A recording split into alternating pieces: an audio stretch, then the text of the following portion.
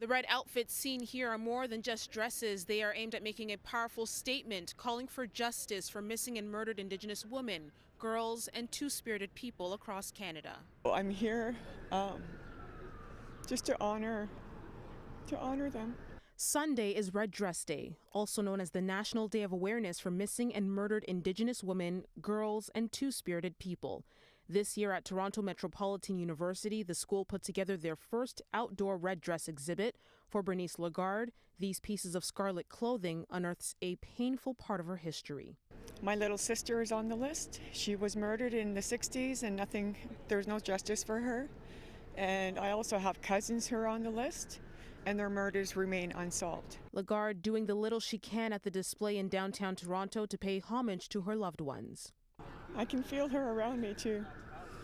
Yeah, I lay tobacco at the dresses. I hug this tree.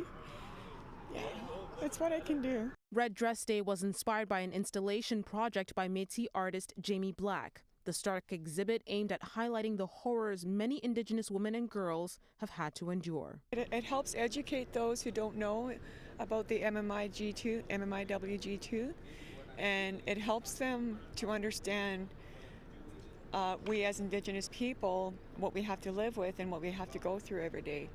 And all these things are still happening. In a report last year, Stats Canada says between 2009 and 2021, the homicide rate among Indigenous women and girls was 6 times higher than their non-Indigenous counterparts. A national inquiry 5 years ago found they were also 12 times more likely to go missing or murdered. A lot of them probably don't feel heard, or that if they do speak up, that it won't be taken seriously. The federal government at the time the 2019 report was published, vowing to take action. We will conduct a thorough review of this report, and we will develop and implement a national action plan to address violence against Indigenous women, girls, and LGBTQ and Two-Spirit people. But action has been slow, with many advocates continuing to sound the alarm on this horrific trend for years. But some movement finally happening. On Friday, Canada and Manitoba announced a partnership for a red dress alert system that would inform the public when an Indigenous woman or girl is reported missing.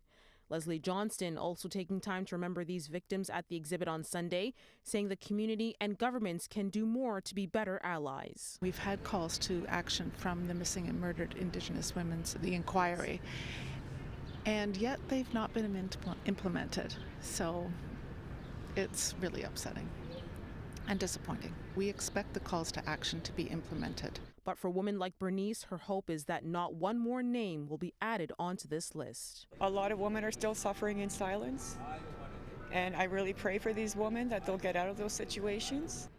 Now, as for the exhibit at Toronto Metropolitan University, this will be on site until Monday at 5 p.m., where the display will end with a berry offering for the spirits. In Toronto, Afua Baah, City News.